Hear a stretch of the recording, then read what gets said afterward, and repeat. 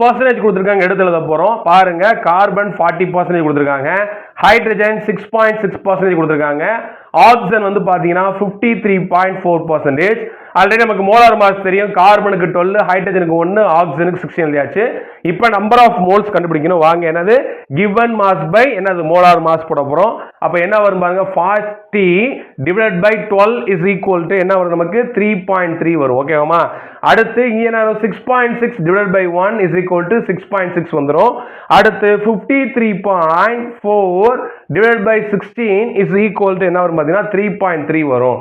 So நம்ம என்ன பண்ணிருக்கோம் அப்படினா, இதுல என்ன பண்ணோம்னா இது இருக்கக்கூடிய ஸ்மாலஸ்ட் நம்பரா என்ன பண்ணோம்னா நம்ம டிவைட் பண்ணி சிம்பிள் ரேஷியோ கொண்டு வரோம். யார் ஸ்மாலஸ்ட் நம்பர் பாத்தீங்கன்னா 3.3 தான்.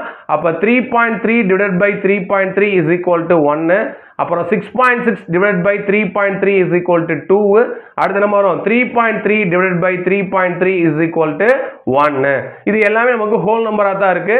அப்ப what is the simple ratio? 1 2 1. அப்ப நமக்கு எம்பிரிக்கல் ஃபார்முலா வந்து என்ன அப்படினா CHO. C எத்தனை இருக்கு? 1 தான், பிரச்சனை இல்ல. ஹைட்ரஜன் எத்தனை இருக்கு? 2. ஆக்சிஜன் எத்தனை இருக்கு? 1. அப்ப இந்த ப்ராப்ளத்துல இதோட எம்பிரிக்கல் ஃபார்முலா வந்து என்னன்னா CH2O அப்படின்றத இதோட எம்பிரிக்கல் ஃபார்முலா.